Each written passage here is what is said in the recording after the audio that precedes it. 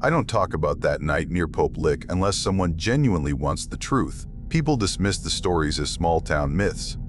I did too, right up until I saw a missing kid freeze on the tracks with something waiting just outside the beam of my light. We were guard, trained, steady. But out there, none of it mattered. Do you ever feel something before it happens? That's how it began, and it only got worse. Before we dive deeper, make sure to like, subscribe, and tap the bell so you don't miss what comes next.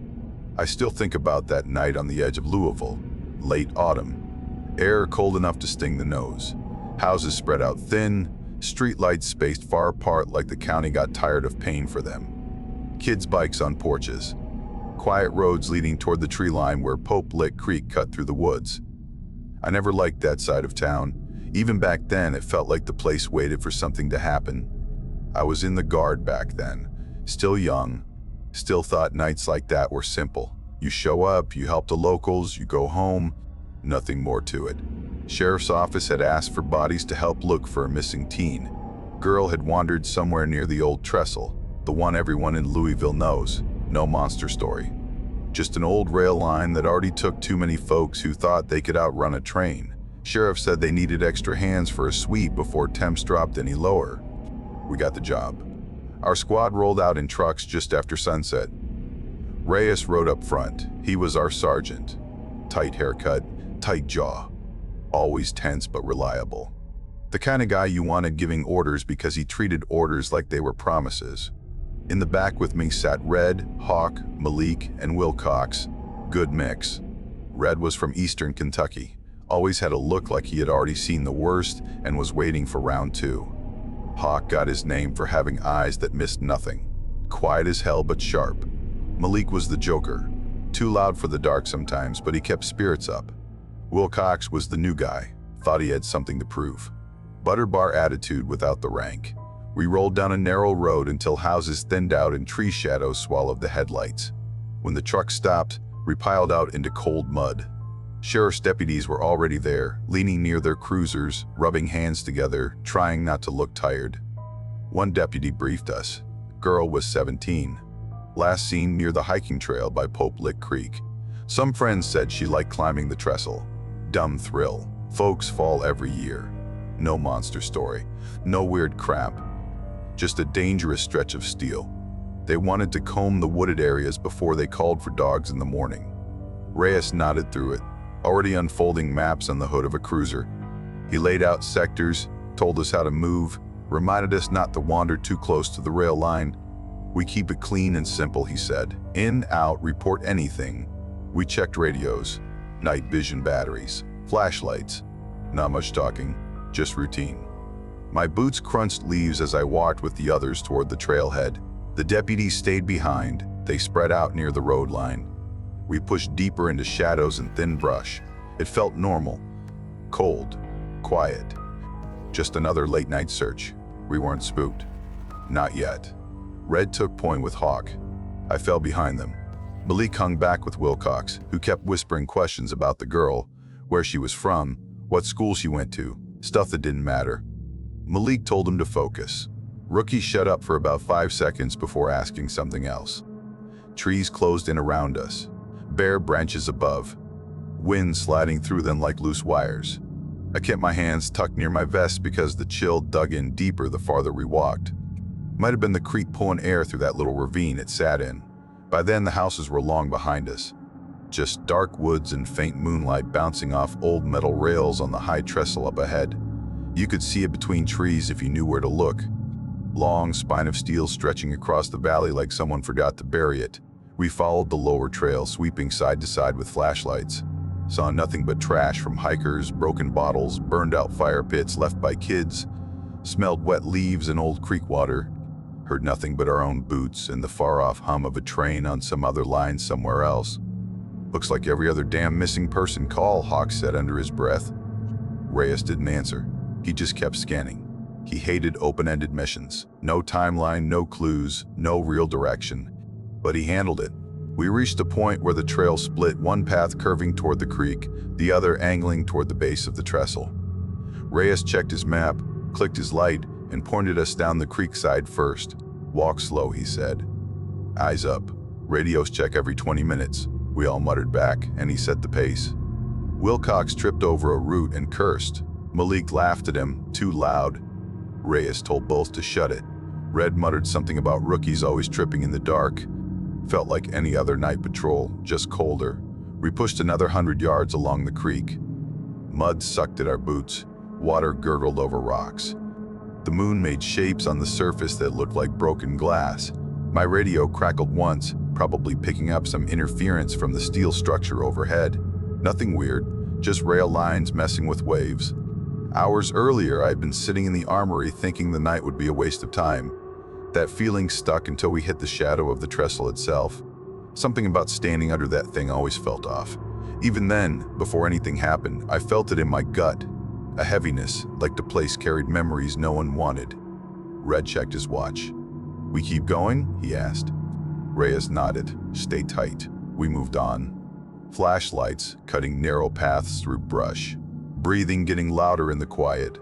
Everyone felt the drop in temperature the closer we got to the trestle, like the steel sucked the warmth out of the air. Hawk stopped once, crouching to stare at something on the ground, a piece of torn fabric. Probably from someone's jacket. Normal. Stuff kids leave when they push through brush. He pocketed it for later. We kept walking. Nothing jumped out. No strange shapes. No voices. No danger.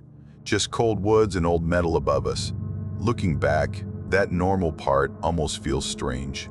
Like the calm before a road gives out under you. We didn't know what sat waiting deeper in the trees. Didn't know our night was about to change. At that point, all we thought about was finishing the sweep, heading back to the trucks, getting coffee on the way to the armory. Just another job. Just another cold Louisville night. We were wrong. Years later, I still remember the first signs. They were small, easy to ignore if you weren't paying attention. Back then, we didn't know what we were walking into.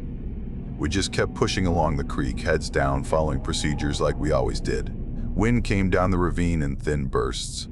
Sharp, cold, carried a smell that clung to the back of my throat. Rot, wet leaves, something else under it. I tried to shake it off.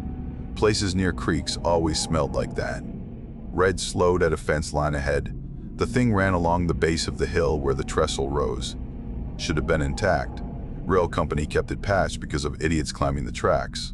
But this one section was bent, like someone pried the wires apart with a crowbar, or just kept pushing until metal gave out. Red crouched and clicked his light across the torn fence. "Kids," he muttered. "Or bored locals," Hawk said. Wilcox stepped closer. "Why would they climb through here? Trail's easier on the other side." Red shrugged. "Some people like doing things the hard way." I didn't like how clean the break looked. The wires curled just enough to show pressure, but nothing else. No boot prints, no trash. Just an opening into thicker brush. We didn't go through it yet. Reyes stopped us, checked the map again, checked the fence, ran a hand along the cold metal. Didn't say much, didn't like it either. About 10 yards down the trail, someone had set up a little shrine. Just rocks stacked around a broken wooden sign. Looked like one of the warning signs the rail company used for kids, the kind that says stay off the tracks. This one had been ripped off a post somewhere. Someone scribbled stuff on it in marker. Couldn't make out the words. Too smudged. Malik stared at it. Creepy. Probably some bored teenager trying to freak out hikers, I said. But Red didn't move. He stood there a second longer, looking at the shrine like he'd seen one before. "You know the story?" he asked. Wilcox groaned. "Here we go." Red kept staring at the broken sign. "My uncle used to talk about it. Said there was a goat thing out here, half man, half something else. It lives under the trestle, tricks people, makes them climb up onto the rail line." Reyes shot him a look. "Cut that out." Red nodded like he expected the reaction. "Just saying. Folks around here talk." Hawk smirked. "People talk everywhere." I tried to brush it off. Urban legends always popped up around dangerous places. The trestle killed dozens over the years. People blamed anything but human stupidity. Still, something about the wind felt wrong. It hissed through the beams overhead, bouncing off steel like someone breathing slow and steady. Made the air vibrate around us. We walked on. The creek burbled beside us. cold water moving over smooth rocks, moonlight catching in ripples. But then the sound changed, not loud, just a faint echo under the trestle. Could have been animals, could have been metal cooling in the night, but it sounded almost like footsteps overhead. The slow thump, then nothing. "What was that?" Wilcox whispered. Hawk tilted his head. "Probably a raccoon on the girders. They climb anything." Reyes didn't slow. "Keep moving." We reached a bend in the creek where the trees thinned. You could see the trestle clean from there, high above us. Steel frames stretching across the valley. Rust along the lower beams. Moonlight painting the rivets white. I always thought it looked unstable, but trains crossed it every week. Sheriff had said a freight would be coming through later that night. That stuck in my mind. The idea of a train flying through the dark overhead while we walked under it. Malik shined his light up the hill.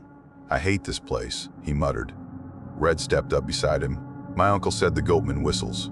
"Red," Reyes snapped. "Enough." Red shut up, but he wasn't joking. That bothered me. We started moving again, scanning both sides of the trail. I kept sweeping the trees, watching shadows crawl when the wind pushed them. Nothing moved that wasn't supposed to, until Malik froze. "Hold up," he whispered. We stopped. Every light turned toward him. He pointed up the embankment toward the rails. "There. Look." I scanned where he aimed, couldn't see anything. Hawk adjusted his night vision and hissed quietly. "There's someone up there." My stomach dropped. We all stood still. Wilcox whispered too loud. "The girl?" "Maybe," Hawk said, voice tight. Reyes raised a fist. "Nobody climbs up there. Nobody moves until we confirm." We held position. Light steady. Breath fogging out in front of us. Hawk flicked his light toward the tracks, quick and clean. Nothing. Empty steel. No person. No shape. No movement. "Where'd they go?" Malik whispered. "You sure you saw someone?" I asked. Hawk didn't answer right away. He kept staring at the trestle like he expected something to lean out between the beams. "Sure enough," he finally muttered. Reyes stepped beside him. "Could be shadows. Could be an animal. Could be nothing. We keep to the plan." Everyone nodded, but nobody relaxed. We kept walking. Every step felt heavier. Every sound a little sharper. Wind rattled the beams overhead, making a hollow clang that echoed too long. We passed more old warning signs. One had been snapped clean off its post and thrown against a tree. Another was spray painted with crude shapes, small ones. Maybe symbols. Maybe just trash. Wilcox ran his light along one. "What kind of kids come out here this late?" "The same kind who climb trestles," Malik said. We reached another bend. Creek sound louder. Smell of rot stronger. The ravine tightened, path narrowing between brambles. Something about the place felt wrong. Not because of stories. Not because of monsters. Just a pressure in the air. Like the woods watched us. But nothing impossible had happened yet. Just cold woods, old steel, strange signs, wandering thoughts, and the uneasy sense that the night wasn't done with us. We pushed deeper along the creek, heads low, lights cutting thin lines through brush. Nobody talked much after that shadow on the trestle. Even Malik kept quiet, which told me he didn't think it was just our nerves anymore. Around then, the radio cracked hard in my ear. Sheriff's dispatcher. Her voice came through with static. "Units in the Pope Lick sector, report of screaming near the tracks. Possible location north side, repeat, north side." Reyes stopped dead, held up a fist. We all froze. He pressed his mic. "This is guard element. We're south side under the trestle." Confirmed scream direction, static, then uncertain. Caller disconnected, sounded like a girl. We all looked at each other. The missing girl was 17. It didn't take a genius. Reyes nodded once. We shift north. Fast walk. No noise unless it matters. We turn toward the slope leading under the central span. Brambles thick, dirt loose, rocks everywhere. Climbing wasn't easy, so we skirted around the base instead, following the creek as it twisted toward a broader clearing. As we moved, the smell of rot got stronger, mixed with wet dirt and old stagnant pockets of water. Leaves clung to my boots. Every few steps, something cracked underfoot. Branches, old cans, maybe bones from raccoons or deer. Felt like walking through a place forgotten by everyone. We reached the clearing in about 5 minutes. My light hit the fence first. Another section bent back, worse than the first one. This one looked like someone tore at it from the inside. Wires frayed, poles bent. Hawk crouched near the opening and pulled something from the dirt, a phone. Screen cracked, mud smeared into the edges. He wiped it on his sleeve. The lock screen lit just enough to show a girl's face taped across the case. Probably her friend group taking a selfie. Looked like normal Louisville kids messing where they shouldn't. Belongs to someone local, Hawk said. Red scanned the ground. Footprints. 2 sets. Maybe 3. Malik kicked at something by a rock. Backpack. It was half unzipped, lying on its side like someone dropped it while running. Inside were energy drink cans, a lighter, a pack of gum, and a folded paper. Hawk pulled it out and opened it. Printed legend maps. Someone had copied memes and old story pages about the Go Man. The whole summon the creature crap tourists passed around online. Stupid. But kids loved that stuff. Wilcox looked nervous. You think they tried to, do something weird? Teens do weird stuff everywhere, Malik said, voice flat. Half of them think haunted places make good TikToks. Reyes ignored the chatter. He scanned the fence, then the opening, then the brush beyond. Someone came through here, he said. Recently. We followed the trampled path about 20 yards before Red raised his hand again. His light had picked up something hanging from a low branch near the creek. At first I thought it was just trash, but as we got closer, the shape became clearer. Goat carcass. Hung by rope wrapped around its hind legs. Neck cut. Belly sliced open. Guts gone. Blood dried in the dark streaks down the fur. Flies still clung to what was left. Malik gagged. Damn. Kids did this? Maybe, Red said quietly. Or some idiot trying to scare hikers. Hawk shook his head. Looks fresh. Reyes stepped close, keeping his voice calm. Could be illegal hunting. Could be some wannabe ritual. Doesn't matter. Mark the location and keep moving. We were uneasy now. Not terrified, just wired tight. This wasn't normal for missing person searches. Deer carcasses, sure. Raccoon nests, sure. But not goats hung like offerings. Before any of us could step back, a sound rolled across the trestle above us. A long, low noise. Not a scream. More like a cry dragged by the wind. Hard to tell the direction. The steel framed it, bouncing it around until the whole ravine hummed with the echo. Wilcox shined his light up. Was that her? Sounded like a girl, Malik said, voice thin, but it mixed with something else. Faint rumbling. Not thunder, not machinery. A train far down the line, maybe a mile out. Low vibration pulsed through the ground under my boots, subtle but building. We backed away from the carcass and kept walking. The brush thinned, opening into a shallow bowl of dirt and wet leaves. Creek cut across the far side. The trestle loomed above like a giant metal skeleton. Reyes pointed upward. Train coming in from the east. Stay clear of the embankment. Last thing we need is someone getting sucked toward the tracks. We shifted positions, spread in a half moon around the clearing, light scanning every inch of brush. The vibrations grew stronger. The trestle began to groan. Not from age, but from the weight of the train still minutes away. The sound echoed down the steel beams in long shivers. It played tricks on my ears, made it feel like something else moved above us.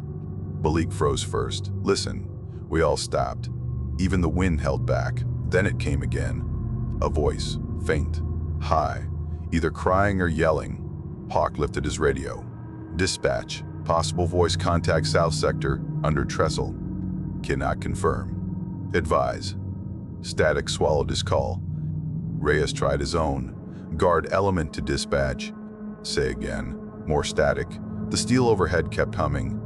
The train was closer, maybe a minute or two away now. Red raised his light toward the beams. She could be on the trestle. People panic when the train hits the curve. Wilcox swallowed hard. Kids get stuck up there all the time, right? Reyes nodded. Too many. The vibration peaked. Metal clanged. The whole trestle felt alive, groaning and shaking like the bolts might rip out. Then something clattered behind us. Fast. Sharp. Like a rock thrown at the ground. We spun lights to the trees. Nothing moved. Reyes didn't hesitate. We shift toward the north ridge. Voice might be crossing the beams. Stay close. We started moving again, deeper under the steel, hearts pounding with each vibration from the approaching train.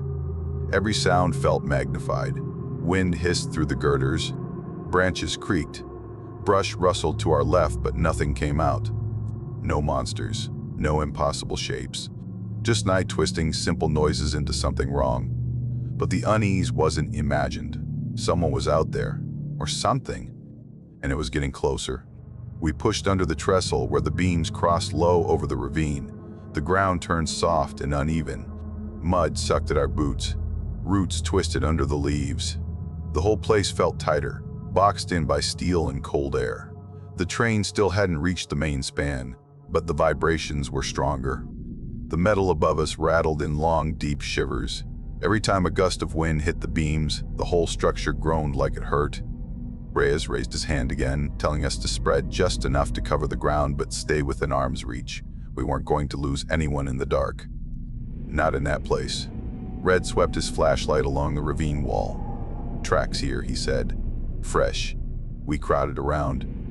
In the soft mud along the base of the hill were depressions. Not clean boot prints, but something bigger mixed in. Hawk leaned in. What the hell is that? The clearer prints looked like a person had run through. Tread marks, heel strikes, weight distribution you recognized after enough field work. But next to them were deeper shapes. Round at the front, narrow at the back, split in the middle like a hoof, could be some sort of livestock, Malik whispered. There's no farms this close, Red said. Ferals escape sometimes, Hawk argued. Happens. They weren't wrong. Plenty of ways a goat or something could have wandered off. But the size of the prints bothered me, bigger than any goat I'd ever seen near these woods. Reyes crouched, ran his fingers along one of the shapes. Didn't say anything, just stood up and motioned us forward. We followed the tracks deeper under the span. The air went bone cold. I kept seeing my breath float out in short white bursts. Felt like stepping into a place sunlight never reached. We're getting close to where that voice came from, Wilcox said. Red gave him a look. You scared? No, Wilcox lied. We reached another clearing, small, cluttered with fallen branches and old metal scraps. Probably debris from when they repaired the trestle years ago. The creek ran shallow here, making a slow trickling sound that echoed under the steel in a weird way, like it came from behind us instead of beside us. Eyes up, Reyes whispered. Spread out. Steady sweep. We moved in a line across the clearing. Hawk peeled left. Malik and Wilcox took the right. Red and I stayed center. Reyes watched the rail line above. Not even a minute passed before Hawk called out quietly. Got something. We came over. On the ground near a clump of thorn bushes lay a torn plastic bag. School logo printed on it. Inside were loose papers soaked from the creek. A wallet. A laminated school ID. Reyes took it. Light hit the photo. It was the missing girl. Same face from the briefing photos. Same smile. Same dark hair tied back. She was here, Red said. Recently, Hawk added. Edges of the papers aren't waterlogged all the way. Reyes closed the wallet and pocketed it. His jaw tightened. She didn't walk out. We follow. We moved on, tension thicker than the cold. Every sound made someone flinch. Bats fluttered out from under a beam and Wilcox almost dropped his rifle. Malik smacked him on the arm. Get it together, Malik said. I'm fine, Wilcox snapped. Even though his hands shook, we kept following the messy prints until they broke off into thicker brush to the right. Branches snapped underfoot. Something darted between trees, fast as hell. Just a flicker of movement, but enough to make Red whip his rifle up. Hold, Reyes hissed. We froze. Lights cut across the brush. Nothing moved. What'd you see? Reyes asked. Red's voice stayed low. Looked like a person. Small. Fast. Could have been an animal. You sure? Reyes pressed. No, Red said. None of us were sure. The dark played tricks under those steel bones overhead. Hawk pulled out his thermal. One of those compact handhelds we use sometimes on guard missions. He scanned the trees. The screen glowed in small patches. Got something, Hawk whispered. Heat signature, moving left to right. Too fast to get a lock. How big? Reyes asked. Human size maybe, Hawk said. But movement pattern isn't right. Define not right, Malik muttered. Hawk didn't answer. His eyes stayed locked on the screen. Reyes made the call. We keep moving. Stay stacked. No one breaks off. We pushed through a narrow choke of brush and found ourselves right under the center span of the trestle. Massive beams crossed overhead like ribs. Steel stairs led up the far side, fenced off and locked with a thick chain. Beyond that, the night sky framed the rails in a long, straight cut. The sound of the approaching train was louder now, a low, steady rumble. The kind that crawled up your legs. Voices started echoing again. Not clear ones. More like distant talking bouncing off steel. You couldn't tell if it came from the trestle, the woods, or our own radios feeding back. The metal created weird acoustics. Everything felt shifted. "We need to get closer to the embankment," Reyes said. "If she's up there..." He didn't finish because Malik lifted a hand, eyes wide. "Hear that?" I strained my ears. At first I thought it was the train again, but under it, faint and shaky, came a sound like crying. A girl, somewhere near the embankment, or above it. Reyes switched channels. Radio crackled, nothing cleared. Too much steel overhead. "We're going without comms," he said quietly.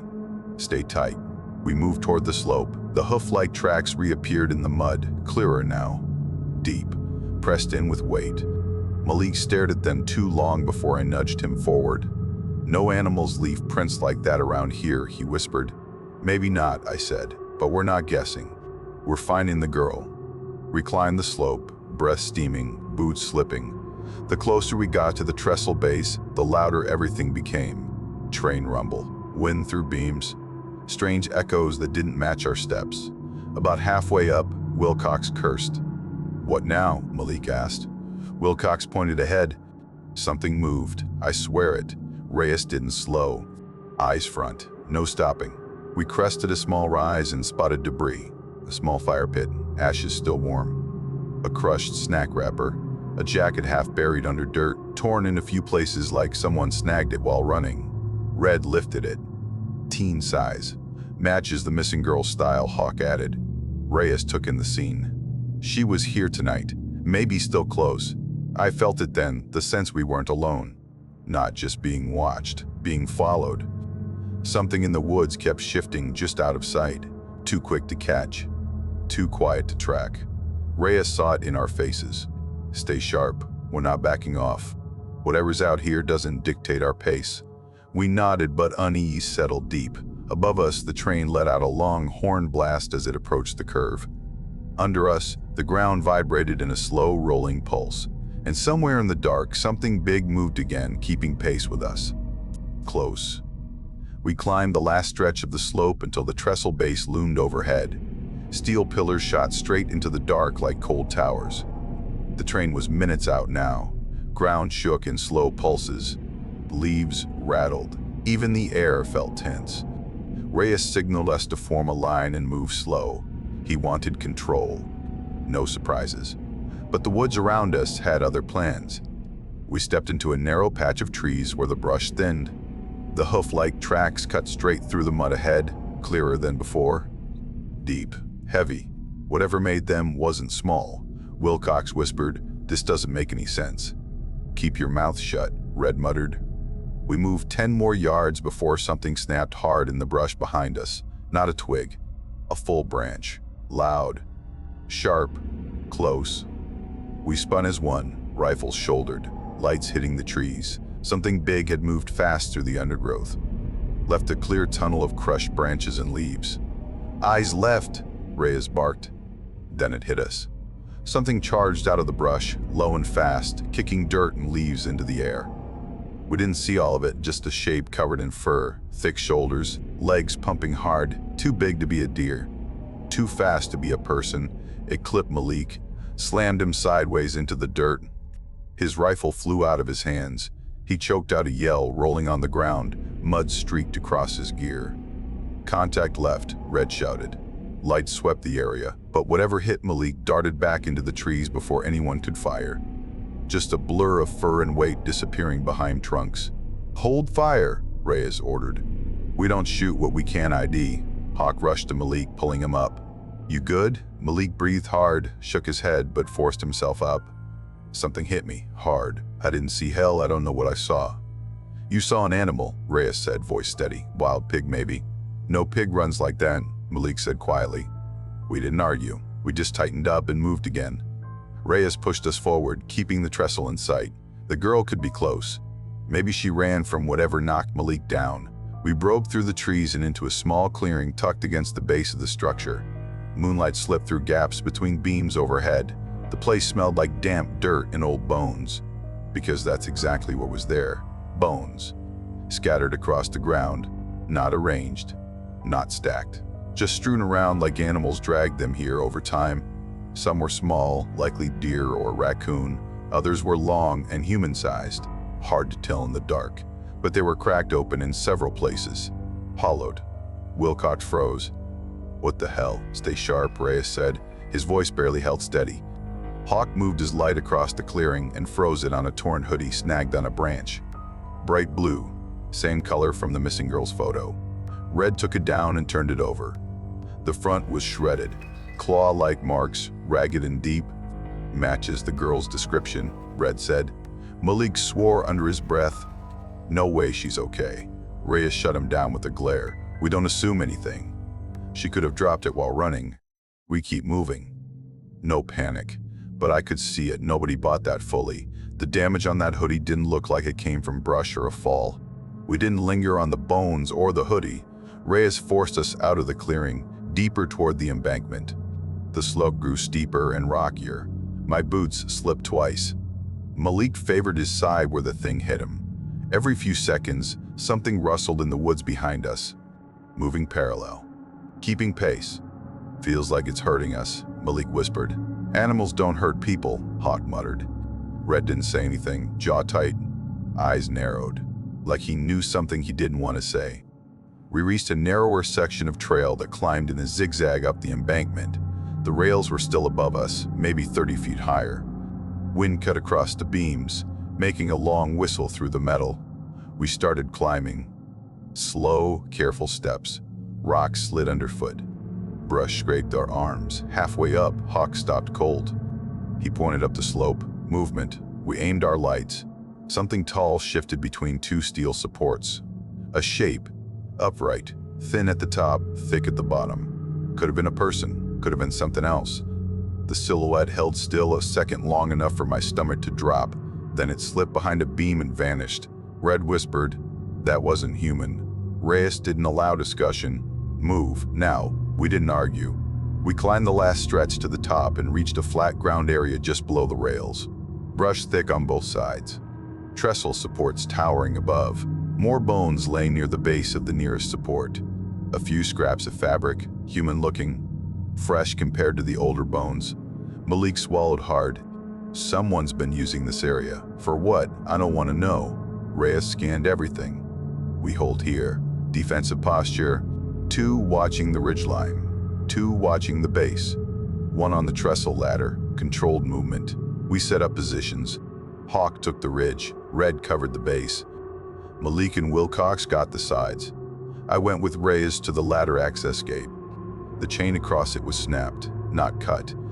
Snapped, like someone pulled until the metal gave out. Reyes stared at it, breathing slow. "Whatever happened here, it's not normal vandalism." He looked at me, then the ladder, then the trestle above. Girl might have climbed up, could still be up there. The train horn sounded again, closer now. The rails hummed overhead, deep and low. We didn't see anything impossible. Nothing floated, nothing glowed. But the woods around us felt wrong, heavy, watching. Then something scraped across the metal above us. A long, dragging sound. Hawk swung his rifle up. Top of the trestle. Wilcox shouted, "Movement right." Red cursed under his breath. Malik raised his light toward the slope. Something circling us, but it didn't show itself again, not fully. Just the sounds. The weight. The pressure in the air. Human involvement still made sense. A disturbed person. Someone violent. Someone dangerous. A local cult messing with kids. That's what we told ourselves. What we needed to believe. Reyes tightened his grip on his rifle. "Everyone listen up," he said. "We move with discipline, controlled steps. Nobody breaks formation." We nodded, because tension wasn't just rising, it was crushing. Something was close. Watching. The train horn echoed across the valley, long and sharp. bouncing off the steel until it felt like the whole trestle screamed back. Rails rattled overhead as the engine closed in from the east. Reyes didn't waste time. He pointed to the embankment leading toward the top. "We're moving up. Girl might be on the rails." "We don't wait." Hawk shot him a look. "That's a bad climb with a train coming." "Bad or not," Reyes said, "we don't leave her up there." No one argued. Not because it was safe, because he was right. We tightened up and started the climb. Dirt slid under our boots. Rocks rolled down the slope. Every breath burned cold. The trestle groaned above us, metal shaking with each second. Something moved on our left, keeping pace through the brush. Heavy, fast, but never showing itself long enough for us to ID it. "Whatever it is, it's following us," Malik whispered. "Eyes front," Reyes snapped, though his own light kept flicking toward the sound. We pushed higher. My legs shook from the incline and the tension twisting through my gut. By the time we reached the top ridge, the train was close enough that the ground buzzed under our feet. Hawk crawled up first and froze. Eyes on, we scrambled next to him. About 20 yards down the trestle walkway, right on the rails, stood a figure. Small, unmoving. The missing girl. She stood on the rail line, staring straight ahead, not waving, not calling out, just frozen. "Damn it," Red muttered. "She's in shock." Reyes keyed his radio again. Static chewed his voice. Steel interference turned it to mush. No communication, no updates. We were on our own. "Sergeant," Wilcox said, voice shaking, "we can't reach her before the train." "We're going," Reyes said. "Stay low. Stay on the service plank. Do not step on the main rails." The trestle walkway was barely wide enough for one person at a time. A thin plank running alongside the tracks with maybe a foot of space. If you fell, nothing caught you at open air. We lined up. Reyes led. I went behind him.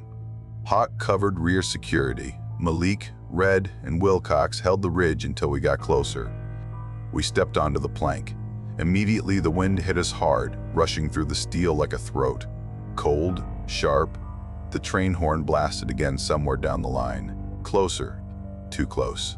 About 5 yards ahead, something shifted above the girl. A shape moving between the girders. Fast.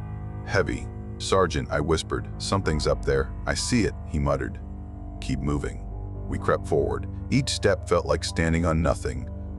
My hands pressed against the steel beam beside the plank, fingers stiff as cold.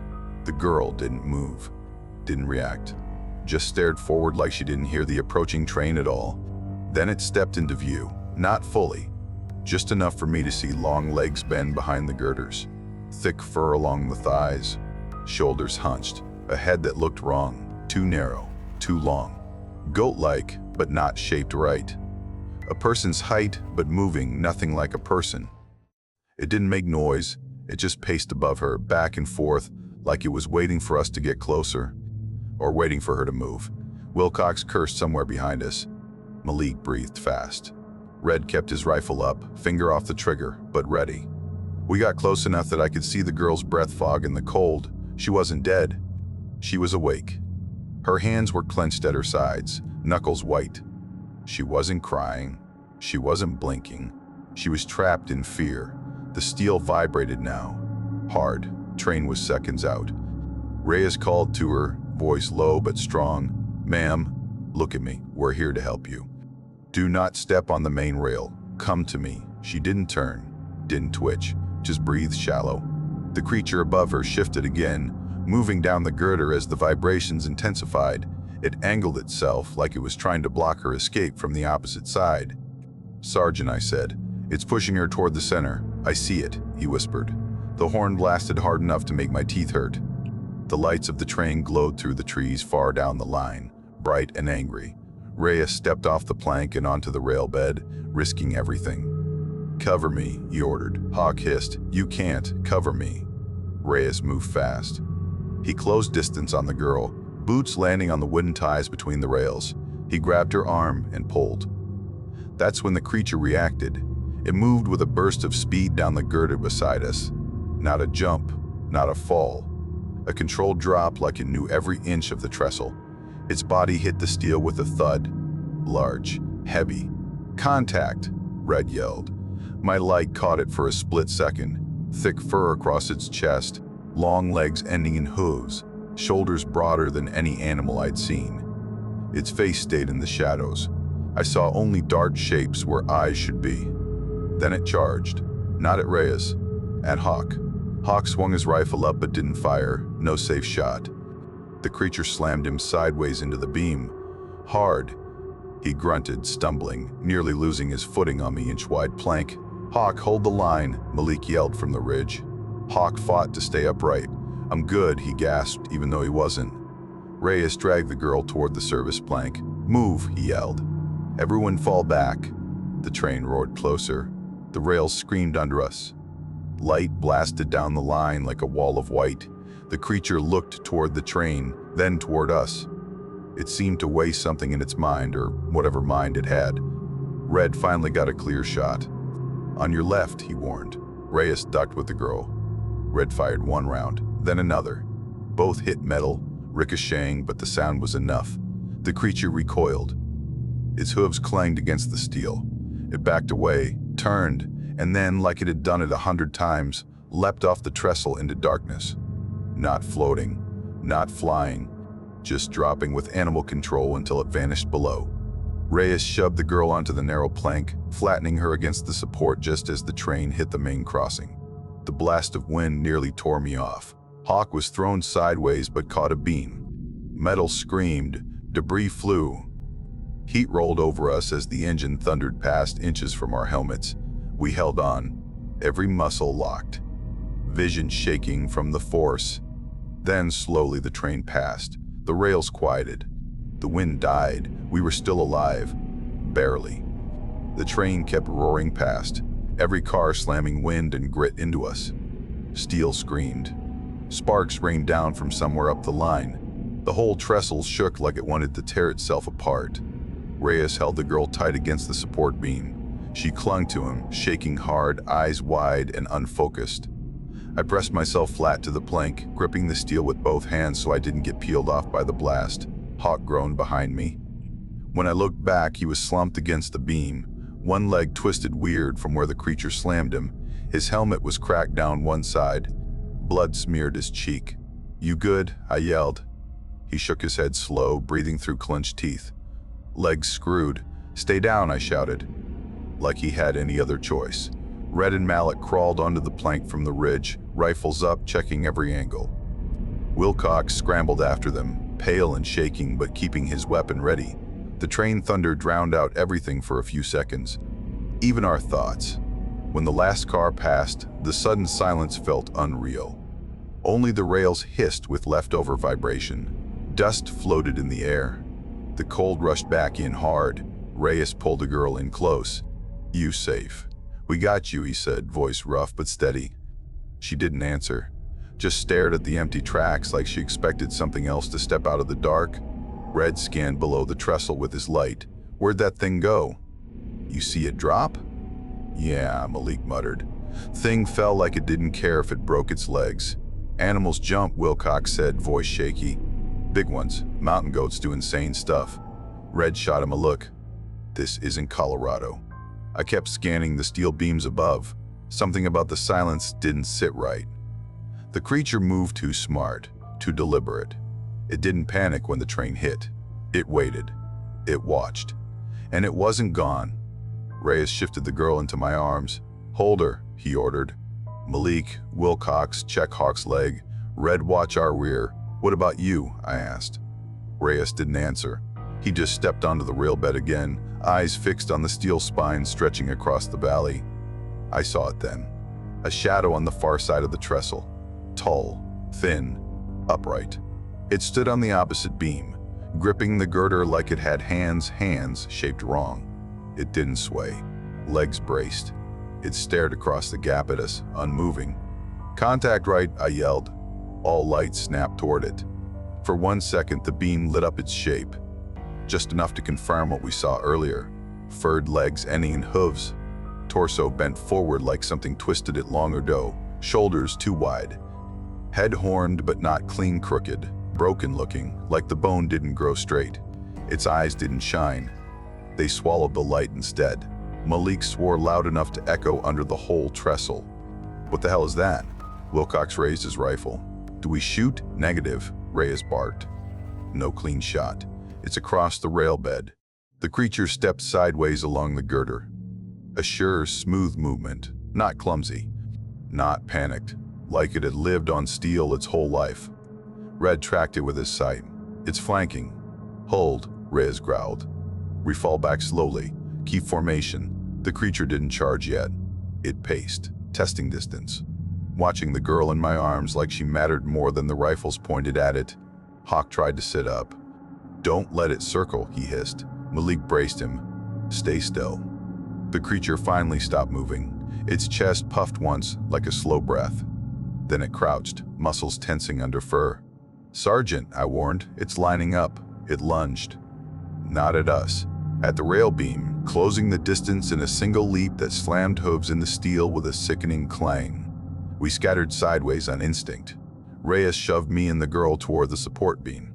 Red moved left. Wilcox slipped, but Malik grabbed him before he fell.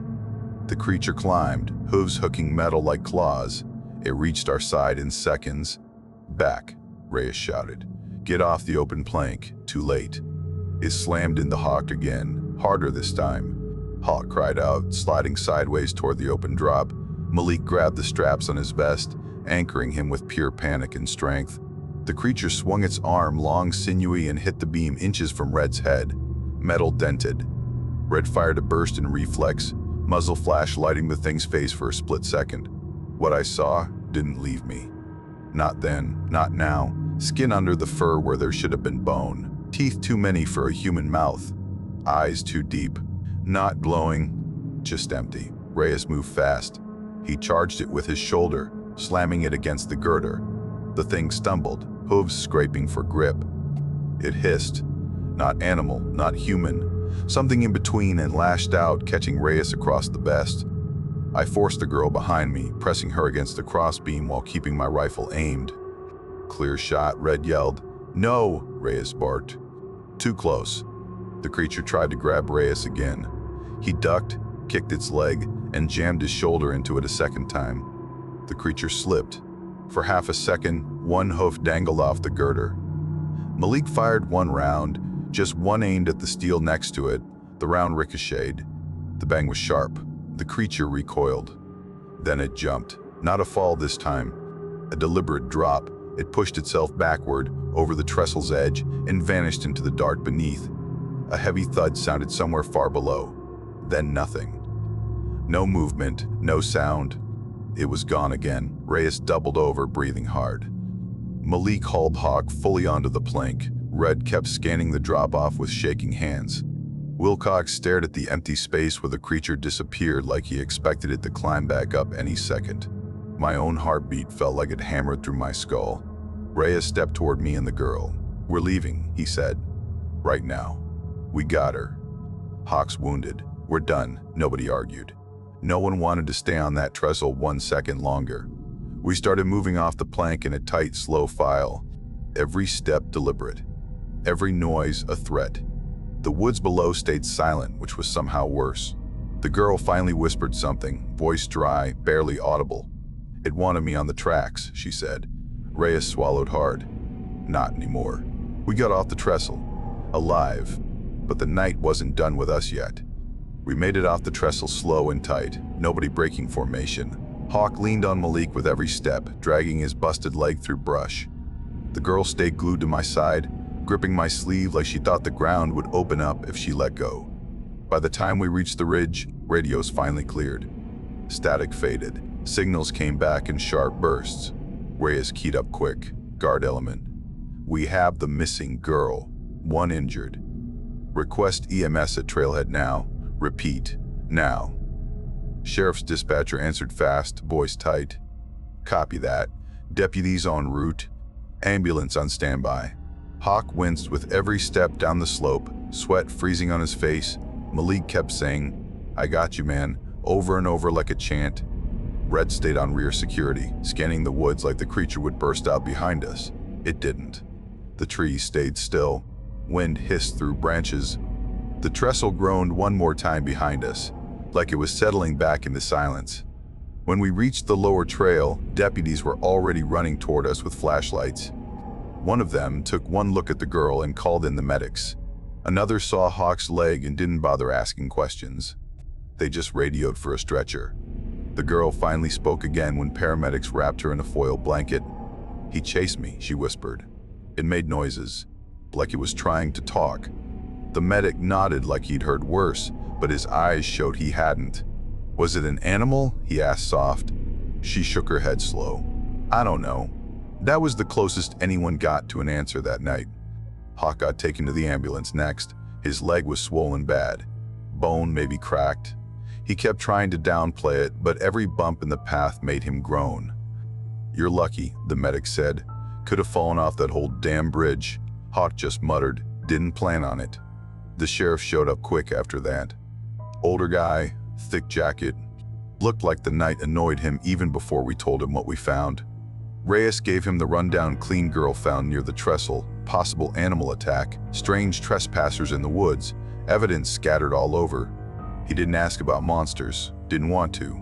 "All right," he said, rubbing his face. "Rail company's gonna fence the hell out of this place." More patrols, more warnings. Folks don't listen. His deputies snapped photos of the torn fence, the dropped phone, the backpack, the goat carcass. Everything got logged as vandalism or illegal hunting. Nothing else. We didn't argue. Not our call. Not something we could explain anyway. The sun wasn't up yet when they pulled the girl's blood samples at the medic truck. They took swabs, tissue scraping from her nails, the usual. Later we heard the results came back inconclusive. Could have been animal, could have been contamination, could have been nothing. That didn't help. We rode back to the armory in silence. Malik stared at the floor the whole time. Red kept rubbing the back of his neck like he was trying to wipe something off. Wilcox didn't talk at all. Rookie looked hollow. Reyes didn't say one word until we parked. "Write what you saw, nothing more. Nothing less," he told us. "We keep it clean. No stories, no rumors. The girl's safe. That's the important part." We all nodded. Nobody said the word creature. Nobody mentioned hooves or eyes that swallowed the light. On paper, it stayed simple, dangerous terrain, animal encounter, panic on active rail line. Hawk went straight into surgery for his leg next morning.